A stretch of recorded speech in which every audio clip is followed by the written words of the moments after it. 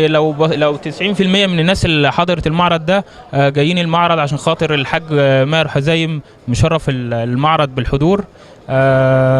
هنتكلم مع حضرتك، يعني ممكن حضرتك تقول لنا ايه رايك في المعرض او تقييم المعرض؟ والله المعرض بسم الله ما شاء الله، يعني اللهم صل على النبي. معرض اولا متكلف وبعدين منظم، وفي ميزه المعرض بيجمع الناس كلها، بيجمع غواية الحمام بالاخص. وغواية الحمام في التجمع ده في افاده. اولا بيشوفوا الوان الحمام، لان ممكن واحد يبقى غاوي الوان ومش غاوي الوان. هو المفروض ان الغاوي اللي بيغوى في غايه الحمام يبقى عارف كل الوان الحمام وعارف تقريب الحمام. ما فيش واحد يقول لك ده مش بابي وده بيتي وده مش بيتي. اللي يقلب جميع انواع الحمام.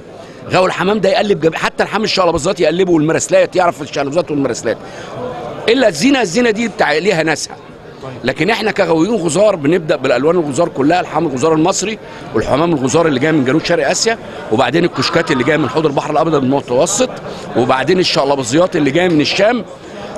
فغاوي الحمام يبقى شامل في المعرفه، بس هو بيحب ايه هو حر بقى.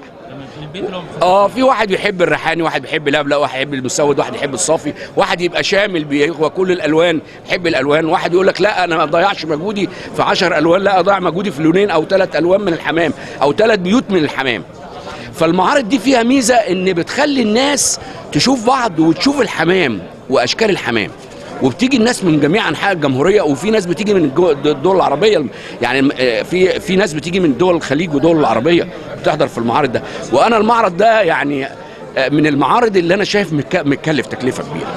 يعني المعارض كلها اللي بتتعمل على راسنا، بس ده حاجه تانية. تمام. ده بسم الله حاجه تانية. اتفضل.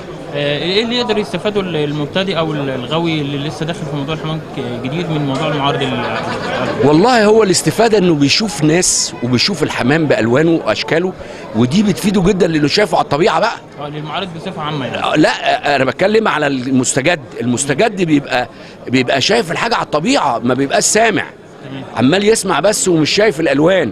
هو بيشوف بقى على الطبيعه وبيرجع يذاكر الكلام اللي الناس بتقوله له. يعني انا لما بشرح الوان الحمام واشكالها، لما بيجي الشاب يبص هنا في الالوان بتاعت الحمام واشكاله بيستفيد من كلامي، لان انا بنبهه وبقول له على اشكال الحمام والوانه، وبيستفيد ان هو شاف الحاجه على الطبيعه. خدت بال حضرتك؟ المعرض زي الفل، حاجه جميله، تجمع الناس مع بعضيها. صحيح هو مبدر شهرين عن ميعاده، هو المفروض ان الحمام يستنى شهرين عشان يكمل، لكن بقى طبعا يعني كتر خير الدنيا، يعني كتر خير الناس اللي يعني مجهزه المعرض ده، وانا بحييها.